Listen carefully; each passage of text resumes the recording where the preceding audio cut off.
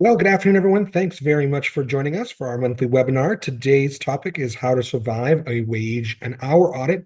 We've got a lot to run through today, lots of crazy things going on lately. So we'll jump right in here. We are going to talk about all things wage and hour audits, how to survive one, what Department of Labor is looking for when they're going through things, and so forth. So all of these items we're going to touch on today. So diving right in. So, lately we are seeing a big rise in federal and state wage and hour audits. These are driven largely by employee complaints. Both the state and the feds don't really have a whole lot of resources to be going out there proactively, but these are being driven largely by employee complaints. So when you think your employees aren't paying attention, you're probably wrong. They are out there and they are looking for things to come after you with. So uh, be sure you're following a lot of the things in here.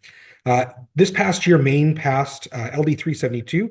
This increases enforcement and accountability for labor law violations. This really gives more teeth to the Department of Labor, raises penalties and fines, and is a pretty big change here in Maine.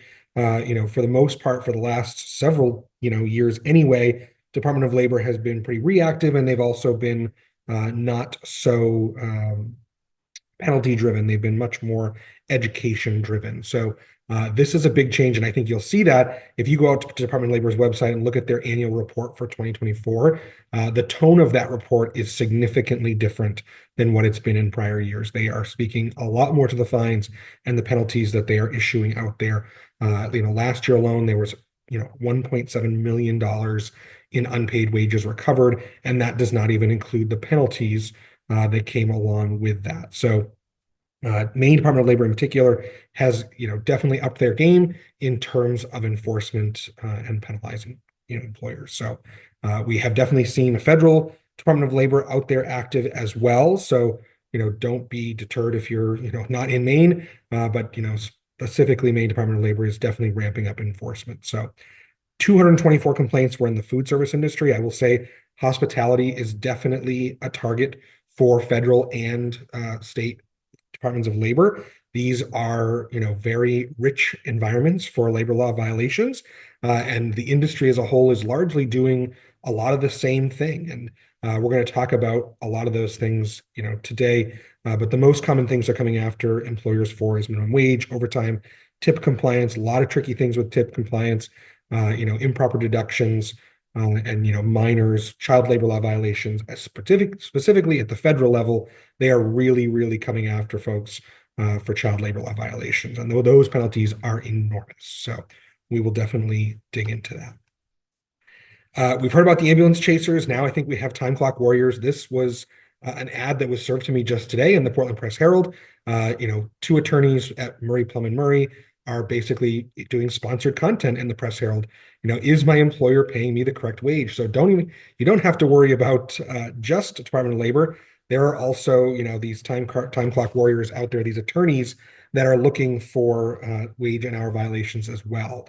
So this article, if you go out to the Press Herald, take a look at it, actually speaks to a lot of the things that we're going to talk about today. So, keep an eye out for that as well.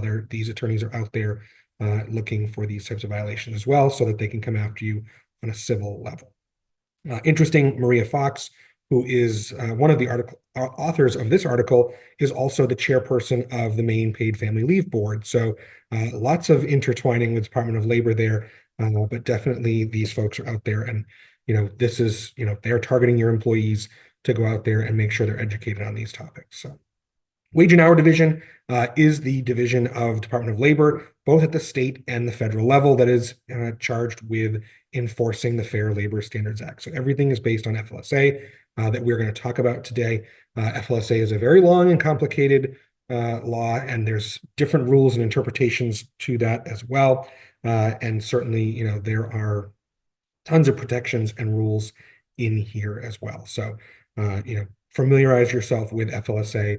That is the federal law, and most states have a similar law that basically enforces all of these wage and hour things. So when someone says FLSA violation, it's generally a wage and hour violation, and this is what they are talking about. So again, all the things we're going to talk about: minimum wage, overtime pay, record keeping, child labor, anti-retaliation, FMLA, all of those things fall under FLSA. And when they come in to do an audit, these are the laws that they are following. So looking to record keeping. So you as an employer are required to keep full records on your employees, and that includes their name, address, social security, birth date, occupation, their full worked hours, their punches, their clock ins, clock outs, any labor, pay rates, how you paid them, wage information, anything to do with your employees, you are required to maintain under FLSA. So all of this stuff you should keep for up to 3 years. Certainly, you can keep it longer than that if you like, but this is definitely from a wage and hour perspective. The requirement is for you to keep these for at least 3 years. So make sure your employee files are up to date. This does not include a full list of any other types of things you might want to keep on your employees, including benefit information, I-9 documentation, and so forth. But these are at the very minimum the things that you have to keep on file. And when Department of Labor comes in, they're going to ask for these things. They're going to ask for the last 2 to 3 years of time card information, of punch information, of payroll information, because they're going to go and compare your time cards to make sure that you're paying exactly what employees are punching and reporting, because that is very important as well. So they're going to want to see that. They're going to want to see how you pay and so forth. So the first big thing that Department of Labor is looking for are your employee classifications. So, certainly W-2 versus 1099 employees. We get that question an awful lot in the payroll world is, well, I just want to 1099 this person. Well, there are wage and duties tests that go along with all of these classifications, and contractors in particular, you're essentially a contractor is not an employee, so they are outside the scope of FLSA. However, it's very common that folks are misclassified as contractors, and they should be W-2 employees. So, of course, the government wants to collect the taxes associated with that. That's the big piece, but there are also employee protections that are in place when you're an employee. And if you have classified someone as a contractor, as a 1099 employee, they don't receive those protections. And that's why Department of Labor cares. So certainly make sure that the duties that are being performed by your contractors, make sure that you have a documented contract, right? Between these folks, they're using their own tools. They have the independence to make decisions. They have the ability to work on their own schedule. Those types of duties and segregations are really important if you are using contractors. So not to mention the workers' comp implications and so forth. So make sure they have their own insurance. But a lot of times folks are saying, "Oh, I'm going to just 1099 them because it's easier," for whatever reason, right? But that's not always the right way to do that. So be sure that if you are keeping track of contractors, or if you have contractors, make sure you're keeping track of them very well. The other employee classification or misclassification that happens a lot is exempt versus non-exempt employees. And exempt employees are often called salaried employees, and there are very specific rules that you have to follow. Again, wage and duties tests to be a salaried or exempt employee, or exempt from overtime, essentially is what that means. So there is a minimum salary threshold, which we're going to talk about in a second, similar to the minimum wage, that has to be met in order to be a salaried employee. They are not eligible for overtime pay if they're exempt, right? We know they're a salaried employee, but they have to work in certain positions. That's the duties, and that's that EAP exemptions. And we're going to talk about those in just a second as well. Certainly, we know our hourly employees must be paid at least minimum wage. They have to be paid overtime. They can do any role, any job. There's no restrictions on that. So we see this an awful lot in a lot of industries where it's just easier to make someone salaried, but they may not meet the salary threshold, or they may not meet the duties threshold, even if they do meet the salary threshold. And of course, we had some big changes that were supposed to happen at the beginning of this year with that salary threshold. They got rolled back. So talking about the classifications here, so that EAP, the executive, administrative, or professional exemption. So on top of the wage classification, the wage minimum, excuse me, they have to be doing an executive, administrative, or professional duty. Okay, that's the duties test. So executive basis is they have to be the primary managing person of a department or company. They have to direct 2 or more employees. And we had a client who went through a wage and hour audit. They had a pastry chef that was only overseeing one person. And Department of Labor said, nope, they need to see two or more. They also have to have the ability to hire or fire employees. Very similarly, we had a client go through this, and they had a sous chef that they were paying salary. And Department of Labor came in and said, nope, we asked that employee, would it be okay if you fired, Joe the dishwasher? And the employee said, nope. And they said, nope, this is not an executive exemption. So they're going to ask these employees, they're going to go in, they're going to dive, they're going to see what's going on. So make sure that you're following these. Administrative exemptions. So really this, is a office or non-manual labor type position. And the real type of category here is they have to be able to use their own discretion and independent judgment and decision making on significant matters. And that's the term in the law, significant matters. And of course, that's very subjective. But certainly I think, if they're making decisions about clients or processes or things like that, those are significant matters and that would cover it. But certainly lots of discretion in how you interpret that. So, and then the professional exemption, certain duties and jobs, things like doctors and lawyers or other professionals, writers and actors, those types of professional positions are eligible to be exempt as well. Now, I will tell you that there are a million other exceptions and exemptions within FLSA. The auto industry must have an incredible lobbying team because there are a million different exemptions and rules, particularly related to the auto industry. So that in particular, and there's all sorts of other different industry carve-outs as well. So if you're in one of those very specific industries, this is just obviously very high level and very general, but there are other exemptions and classifications in the law. So let's talk about that minimum wage, right? This year, well, for the last several years, federal minimum wage has been $7.25 an hour. There are very few states around the country that are still federal minimum wage states. Most have increased their minimum wage significantly, as Maine has. $14.65 is our minimum wage this year. And in Portland and Rockland and Maine, we have a higher rate. So those companies have come in, those cities have come in and said, we are going to have a higher local minimum wage. So keep that in mind if you are in those locations. Now, the one tricky thing that we've seen some folks run into is, they have employees. If you're a plumber, for example, you're based in Scarborough, but you have an employee that goes to work into Portland. If they are making less than $15.50 an hour, they have to make $15.50 an hour when they are working in the city of Portland or in Rockland, right? So that's something to keep an eye on as well. Not super common, but something to think about when you have traveling folks. We talked about that exempt salary threshold. The federal threshold this year is $684.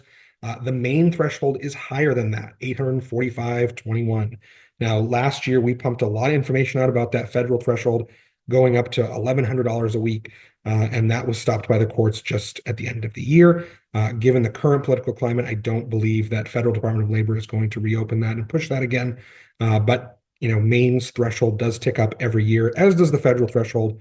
But generally speaking, the Maine threshold remains higher. So I don't anticipate that being a huge jump like it was in previous years. But again, remember, if you have exempt employees, not only do they have to meet those EAP exemptions, they also have to meet the salary threshold of $845 a week. And we hear a lot of people say, oh, well, my employee makes more than that in a year because of bonuses and commissions and whatever. The standard is a weekly threshold. So if they're making $650 a week, but then once a month they get a bonus, it doesn't work that way. This is a weekly minimum, okay? So you have to make sure that they are earning $845.21 a week. So non-exempt employees have to be paid overtime, right? Time and a half on every hour over 40 hours. We're going to talk in a minute about blended overtime. So if you have employees who work multiple roles, multiple jobs, then you have to take into account blended overtime, which is a very fun calculation and is very confusing. So we'll get into that in just a second as well. Overtime, like I said, certainly we know that every employee who works over 40 hours, that's non-exempt, hourly employees must be paid time and a half over their over 40 hours. This is in any given 7-day period. You have the ability to set your overtime period at whatever 7-day period you want. Now, the majority of businesses are, Sunday to Saturday or Saturday to Sunday, something like that. But we see a lot of folks in the hospitality industry, for example, choose a different pay period. Their pay period might be Thursday to Wednesday because it's a lot easier to cut somebody if they're approaching overtime on a Monday, Tuesday, Wednesday than it is on a Friday or Saturday night, right? So if, Joe the line cook is out there working, he hits 40 hours on Friday night. Well, you can't say, hey, Joe, take Saturday night off because I need you. But if he hits 40 hours on Monday, it's a lot easier to say, hey, Joe, take Tuesday night off because we're quieter. So we see people use that pay period to their advantage in managing overtime and costs. So that's something you certainly are allowed to do, but it is, 40 hours in any 7-day period. Again, we're specifically talking about federal and mostly Maine laws here. There are some states and jurisdictions that require other overtime periods, things like daily overtime. So that's certainly something to consider if you are in different jurisdictions. So overtime is calculated on what's called the regular rate. And the regular rate is a combine of all of your earnings divided by the number of hours you worked. And this comes into play when we're talking about that blended overtime, where any compulsory payments, things like service charges, commissions, certain bonuses, basically anything that is guaranteed income, not discretionary income, is included in that. So service charges, if you are a restaurant that charges a 20% service charge and the employee takes that must be included in their regular rate. A tip, on the other hand, is not compulsory. It's not guaranteed. So that is not included in their regular rate. It's only the compulsory payments. When we talk about certain bonuses, right? If the employee knows how to earn that bonus or that commission, if you say, hey, if you hit this production goal, you will get this bonus, that is considered to be a compulsory payment, right? So if they know how to achieve that goal and they know what they're going to get paid when they achieve that goal, that means that is included in their regular rate as well. So if it is a completely discretionary bonus, so hey, we had a good year and I'm the owner of the company and everyone's going to get $500, because I'm feeling generous, but that doesn't happen every year or they don't know how they can achieve that, that would not be included in their regular rate. So again, we have just a little example here. If they worked 50 hours at $20 an hour and then had a $200 commission on top of that, their total compensation is $1,200, and that really is a $24 an hour rate to calculate the overtime. So it's not, if they work for those 10 hours, it is not a $30 overtime. It is much more than that, right? So that is something to think about when you're calculating overtime. Here's that blended rate calculation. So to start with blended overtime, we have to first figure out what the straight time is on every rate. So we have a couple of different rates here. And again, this example does not include those compulsory payments, those commissions, those service charges, bonuses that would be included, things like that. This is just two different rates here.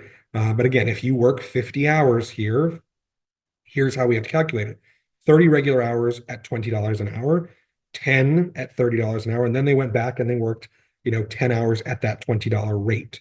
So we have 50 total straight time hours. It's $1,100 in wages, and we've got to figure out that straight time first. So we know we have our $1,100. We divide that by our 50 hours to get our blended rate of $22. We figure the premium, which is $11, right? So we take that time and a half times 0.5. The premium becomes $11 an hour. Then we go back and we take those 10 hours of overtime, add the $11 an hour on top of that. So we have $110 and so forth. And we come back down and we have our straight time plus our overtime premium, which gets us to $1,210. So it's not a straightforward calculation. It is rather complicated. We certainly do this within our software configuration every day. We make sure our timekeeping systems are up to date so that these are calculating correctly and including all the things that need to be included when calculating blended overtime. This is also a weekly calculation. So if you are a bi-weekly payroll, that complicates matters, right? I mean, overtime is calculated on a weekly basis, not a bi-weekly basis. So if you have someone that worked 78 hours in a 2-week period, that doesn't mean that they don't have overtime in one of those 2 weeks, right? Doesn't mean they didn't work 43 hours in the first week, and you would need to calculate the overtime on just that week and that first week's hours, right? So you don't take all the hours into account, you take just the 7-day period. So lots of complicating factors with blended overtime.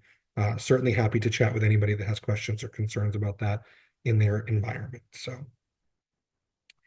tipped employees, this is very fraught with issues and concerns. So we're going to dig into tipped stuff as well. So federal tipped wage is $2.13 an hour. Essentially, at the federal level, if an employee earns more than $150 in a month, they are qualified to be a tipped employee. In the state of Maine, we have our last bullet there. It's $185 a month. So any employee who earns more than $185 a month can use the tip credit to use this reduced wage. So this year, Maine, $7.33 an hour, Rockland, a little bit higher at $7.75. So those are the tipped wages. You can pay any amount over that as well. If, some people say, hey, my bartender earns $9 or $10 an hour, something like that. You can still use a portion of the tip credit on that.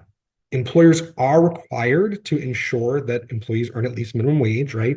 So, and this is really on a per shift basis. This is not on a weekly basis. Now, so if, Joey comes in at 4 o'clock, doesn't serve a table until, 5:30, 5:45, and the manager says, go home, and you paid that employee $7.33 an hour for that hour and a half, you are in violation of the law because you didn't earn any tips, and you didn't earn at least minimum wage in that time. So the employer would be required to go ahead and pay the full $14.65 rate. So that is one option.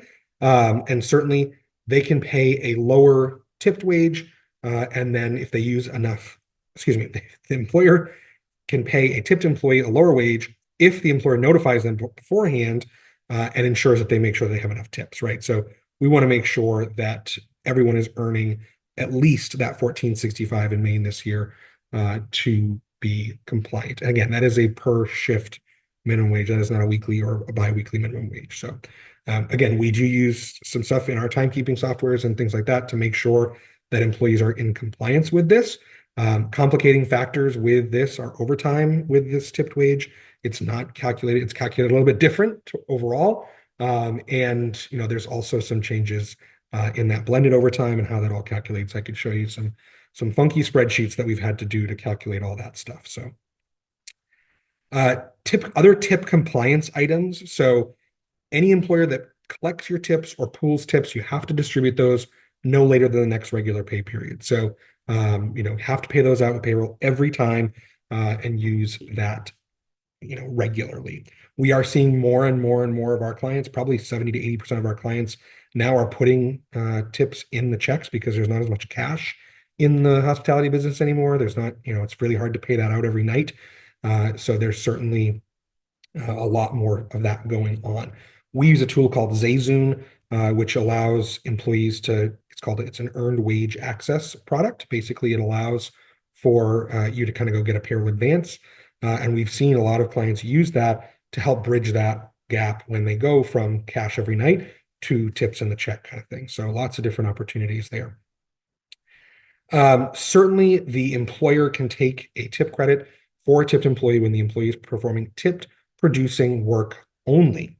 So certainly, if you are doing your side work, you may not be eligible to use that lower rate if it's more than 20% of their hour or more than 30 minutes. So if you come in at 4 o'clock and you're rolling silverware and sweeping the floor and mopping and whatever, and then you don't serve a table until 5:15, for that hour and 15 minutes, you need to be paid minimum wage. So we are, we're working with a lot of our hospitality clients to be sure that they are, calculating those opening closing shifts appropriately and not making sure that they're not in violation of this. We see a lot of folks getting, in trouble for this. So this is something to keep an eye on. That side work stuff, you cannot pay them the lower rate. They have to pay them the full minimum wage in that situation. Tip pooling. So this is also a hot button, and this is something that creates a lot of questions, a lot of frustrations, a lot of challenges for hospitality businesses. So tip pooling, there are kind of two ways to do that. If you have your tipped and non-tipped employees in a pool, everyone has to be paid at least minimum wage. Okay. So if you put your kitchen people in there or your hosts or things like that, everyone has to be paid the full minimum wage. So that's something to consider. If you just have your tipped employees, if just your front of the house people, your servers, your bartenders, whatever are in there, you can use that tip credit. So that's important if you're going to do a tip pool. Managers in the tip pool. This is a really big hot button issue. Managers essentially are not allowed in a tip pool. Okay, so if you are a manager, a supervisor, anything like that, you cannot participate in the tip pool. They can contribute to the tip pool, but they cannot receive anything from the tip pool. Managers can also not be tipped out. So that's an important distinction as well. They are only allowed to keep the tips that they solely and directly earned.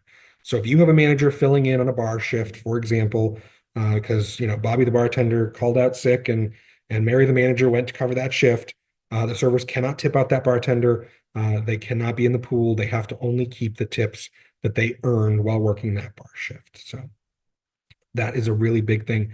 And we've had several clients get hit with that as well. So tip pools are a little complicated. So if you are doing a tip pool or you think you might want to, be on the lookout and make sure you're following those rules as well. Other laws that are out there, right? Employees must be paid at an interval no greater than 16 days, right? So you basically, a biweekly or semi-monthly payroll is all you can do. You cannot pay your employees monthly. You cannot pay your employees quarterly. You have to pay them at least every 16 days. And you cannot withhold those wages for more than 8 days. So if your pay period ends on Sunday, you have essentially 8 days. You have to pay them the following Tuesday, right? So that is, the rule from that regard. You are required to offer rest breaks. So you have to offer 30-minute break for every 6 hours worked, unless the employee signs a rest break waiver. And the general consensus is that you should have them sign that rest break waiver every time they do it. Some people we know, have put that in their employee file. They have them sign it once. The general rule is that you really should have them sign that waiver every single time that they waive their break, because certainly they could repeal that right? They don't want to do that anymore.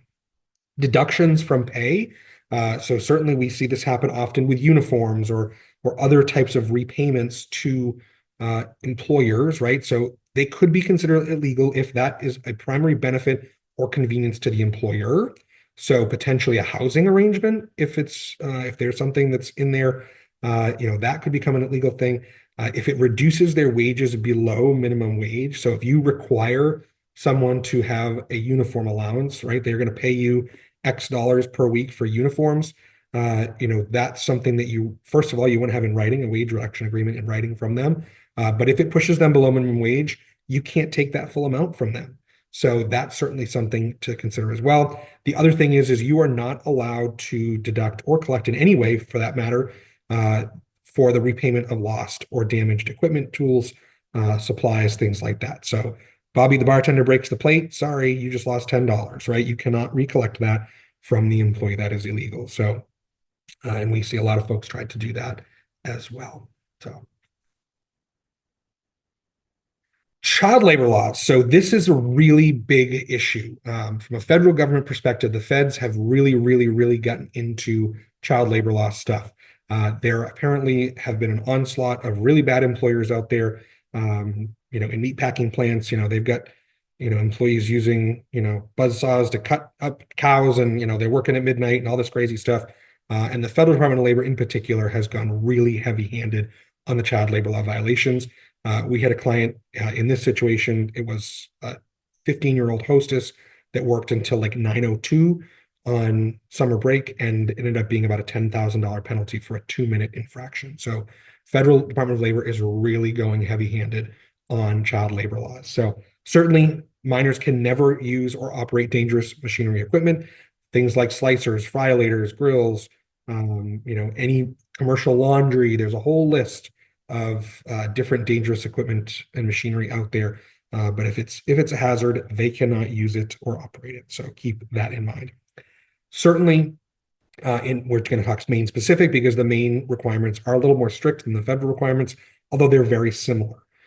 So 14 and 15-year-olds in Maine have the most restrictions, and this is where the most violations happen, of course, because they have the most restrictions. So that 14 and 15-year-old has to get a work permit from school. So the school districts in Maine are the authority for issuing those work permits, and they have the ability to rescind those permits if there's an academic issue or whatever to do that. So they can only work until 7 o'clock during the school year and 9 o'clock during summer break. Again, that example, hostess clocked out at 9:02. That was a violation, 2-minute violation.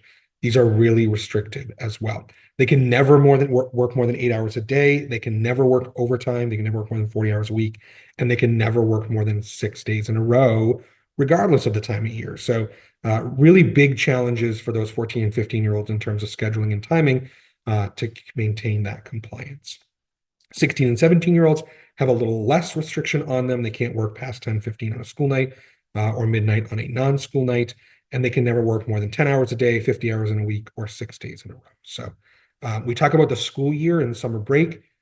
In the state of Maine, for example, that school year is defined as your local school year, defined by your local school district. So in Kennebunk, where we are, for example, our Chamber of Commerce and the community at large actually really pushed last year to have our school district not start school until after Labor Day. They've been doing it the last 4 or 5 years. They went, when I was growing up, we always went to school after Labor Day. For whatever reason, the last few years, they've gone before Labor Day.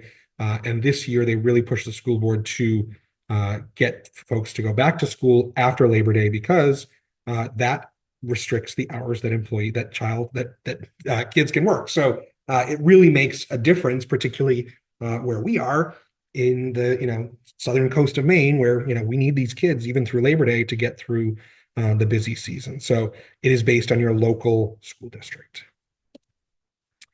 Labor law posters. So you have to provide, if you have one or more employees, you have to post federal, state, city, county labor law posters in each and every work location. They have to be conspicuous. You can't tuck them in a closet. They've got to be somewhere where everyone can see them.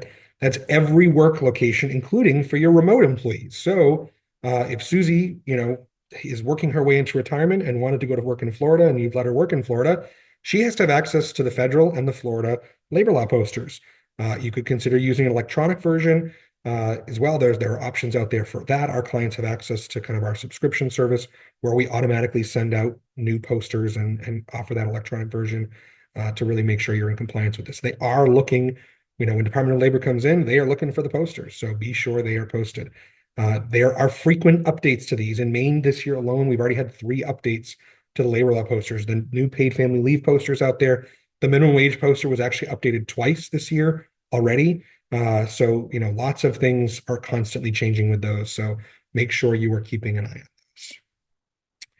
Remote employees. So if you have remote employees, we've talked a lot about Maine specific and, federal specific rules and laws today. But if you have employees working remotely, remember, you have to follow all of the state and local laws where your employees work, not where the business is located. So this, you want to make sure you're dealing with the minimum wage, overtime, salary thresholds, any payroll taxes, break laws, anything like that. You want to make sure that you are complying with, of course, along with all the other insurance requirements, workers' comp, those kind of things as well. We talked about the benefits coverages. Those types of things might vary as well. So consider that, something to think about. We know California, New York, and Illinois are the worst when it comes to these labor laws. California alone, I think last year I saw something that California issued like 170 new labor laws in the state last year alone. So it's constant in, if you're an HR professional, there are certifications to become California certified because it's that specific in terms of the requirements there. So think about that when you are looking at hiring or allowing folks to work remotely. What happens if Department of Labor shows up, right? How do you survive this? First, make sure your handbook is up to date. Make sure your policies are accurate. Make sure you're following your policies, right? So that's really important. Make sure in your handbook that you have considerations for all of the state specific type things for all of the places your employees are working. So that's really important to make sure that that's, a good foundation to start. Be organized. Make sure you have everything easily accessible. All your records are up to date. Obviously that, documentation requirements, if it's easy to get to, it's going to be a lot easier to get through this process. They're going to send you a letter and say, we want this laundry list of things.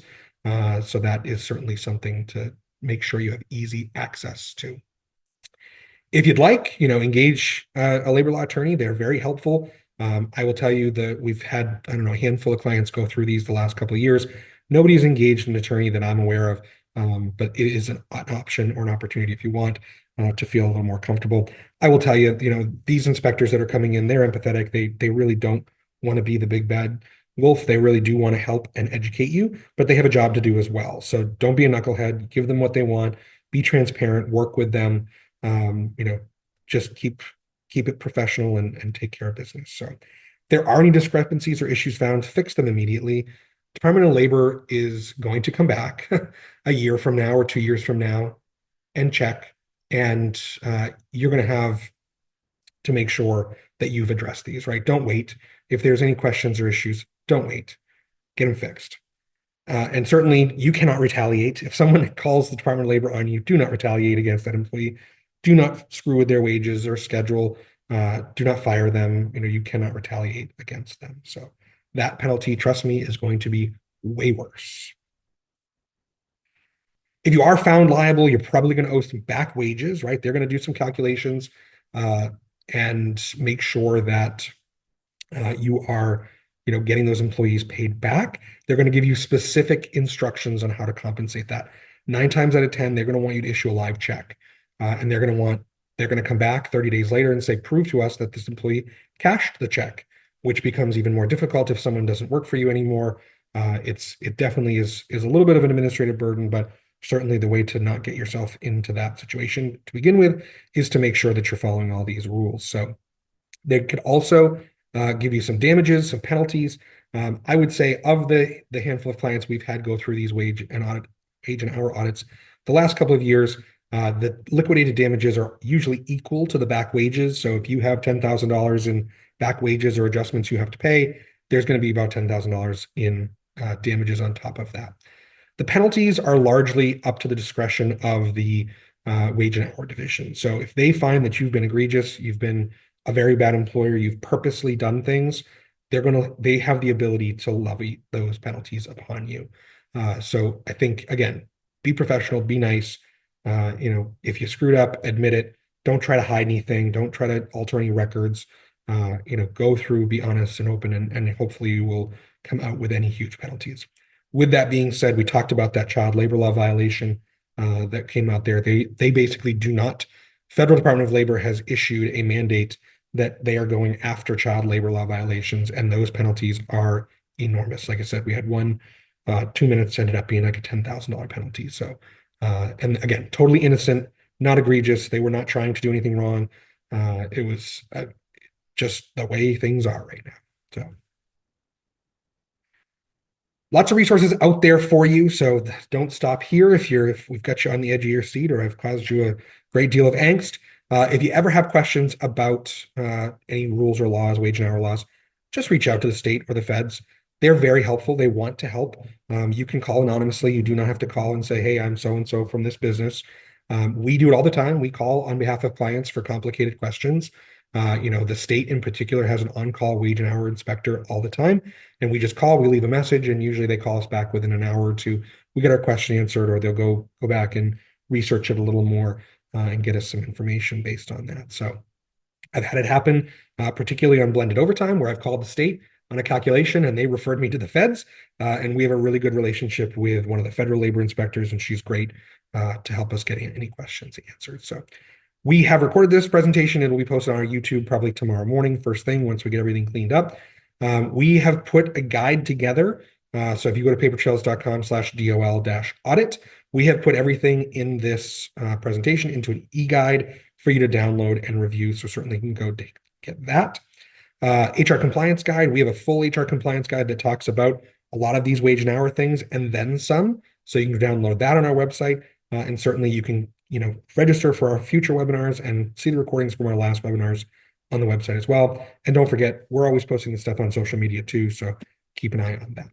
Next month, we're going to talk about attracting, hiring, and onboarding great team members. Certainly that is a challenge for all of us. I'm hiring for 2 positions right now, and boy, has it been harder than I ever thought it would be. We have lots of applications, but getting to the right people is really hard. So we've got some tips and tricks to show you and share with you on how that's going to all work. So next month, April 15th at 2 o'clock, same time, same place.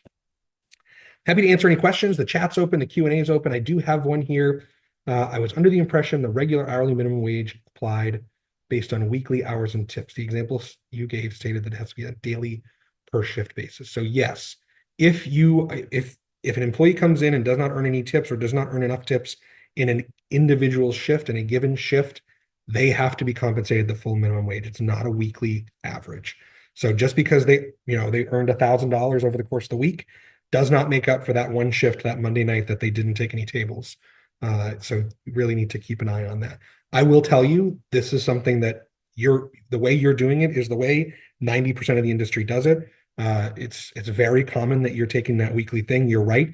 They are making way over minimum wage on the weekly basis. Unfortunately, the letter of the law says that it is on a per shift basis that you have to calculate that. How do you handle unauthorized overtime? Does it have to be paid? What do you do if you don't know about it right away? And how do you encourage employees to comply with staying within their hours? So, unfortunately, yes, if an employee works more than 40 hours, regardless of whether or not it's authorized, you do have to pay it, right? That does become a management issue. And certainly that's something that is a challenge for a lot of businesses. All I can say is do keep an eye on your employees, right? Think about your schedule, thinking about managing that. I'm sure that what's happening is there's people, lollygagging around waiting to finish their, whatever. And they're probably pushing the clock. I'm sure that happens, or they're coming in early. If you must pay employees for all hours worked. So if they come in and they punch in 15 minutes early or they punch out 15 minutes late, you do have to pay them for that. But that does become a management issue. We have seen some folks who are restricting their time clocks to punching in only a certain number of minutes before a scheduled shift or something like that. That becomes a little bit hairy because if they start working before they punch in, that is an issue as well, right? So there's been situations where I think it was Amazon. Amazon requires all of their employees to go through TSA style security before they enter their facilities. And it was determined, Federal Department of Labor determined that they needed to be compensated for that time, right? They were standing in line for 15 or 20 minutes to go through security and before they punched in, and they needed to be compensated for that time. So that was a huge thing as well. So again, overtime, not a great answer, but it is a management thing. Think about your scheduling, think about how you're handling that, keep an eye on that, and just make sure you're working with your employees on that. So, can salary employees be part-time, and how does that affect their required wage? So they certainly can be part-time as long as they earn $865 a week. So you do still have to hit that wage threshold. So to be compliant within the law. Again, happens all the time. We see it in the payroll world, right? We see where, hey, I'm going to pay my bookkeeper $400 a week or whatever. She only works 10 hours. So she's certainly making more than that. But the letter of the law says they have to hit that salary threshold in order to be compliant. So that is something to consider. And I would, keep those folks hourly, frankly. That's kind of what it comes down to, because I bet if you really looked at it, that bookkeeper or that part-time person, whatever you're doing, one probably doesn't meet the duties threshold anyway. So the salary threshold is only secondary, but it's also, you could be losing time. If you're going to pay, your bookkeeper $25 an hour and they're getting it done in, 5 hours a week instead of 10, you've been paying them, $250 a week. You've lost out on that too. So certainly keep that in mind. And again, Department of Labor does not allow the distinction of convenience to the employer or the employee for that matter in their decisions. So, and even, gosh, hey, I want to be salaried, right? Mr. Employee, I want to be salaried. I don't want to be hourly. I don't want to have to punch clock. Department of Labor doesn't care about that. Again, the convenience of the employee or the employer does not come into account there. Good questions. At what point can you discard former employee records? So you have to keep all this stuff for 3 years, all your wage and hour records for 3 years, basic employee information. You're going to test me here. There are different requirements for I-9 documents, benefit documents. If you go in that employer or the HR compliance guide, I know we have those thresholds in there. I think I-9 is only a year or 18 months, something like that. But payroll records, you definitely have to keep for 3 years. But go download the HR compliance guide. I'm 99% sure that that's in there. And if it's not, reach out and we'll get you an answer. All righty. Not seeing any more questions, but certainly if you have questions, certainly reach out to us. We're happy to answer any questions and all questions. My email is just chris@papertrails.com. Certainly reach out if you have further questions and we'll get you in the right direction. So otherwise, we will talk to everyone next month, the 15th. We're going to talk about hiring good people. So thanks so much for everyone for joining, and we'll see you next month.